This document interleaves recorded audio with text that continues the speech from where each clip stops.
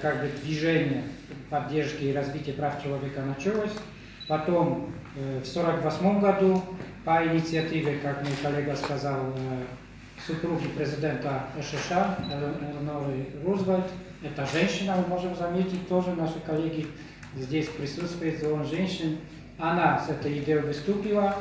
И, как вы знаете, в это время было где-то 47 членов ООН. Сейчас больше 190 членов ООН.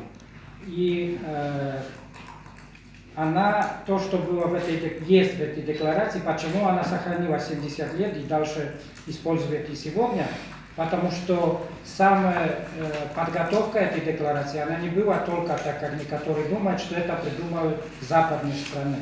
Это принимали, кто был в этой составе, люди, которые писали эту декларацию. Это был представитель Китая, Ливана, Австралии, Чили, Франции, Советского Союза, Великой Британии и Канады. Это было просто в это время представительство, может, не всех стран мира, но было как бы достаточно из юга, из запада, севера мира. И, ну, как вы знаете, эта декларация была принята в 1948 году.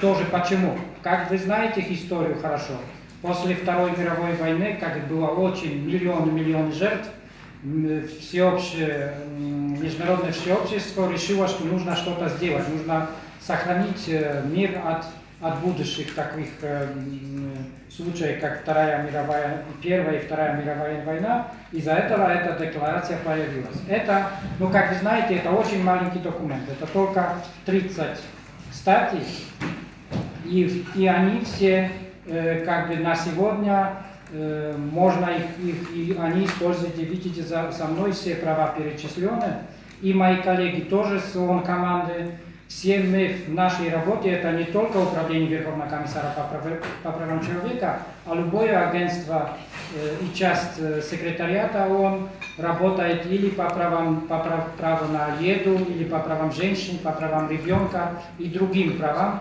Как бы мы работаем вместе в нашей ежедневной работе, продвигаем эти права. Может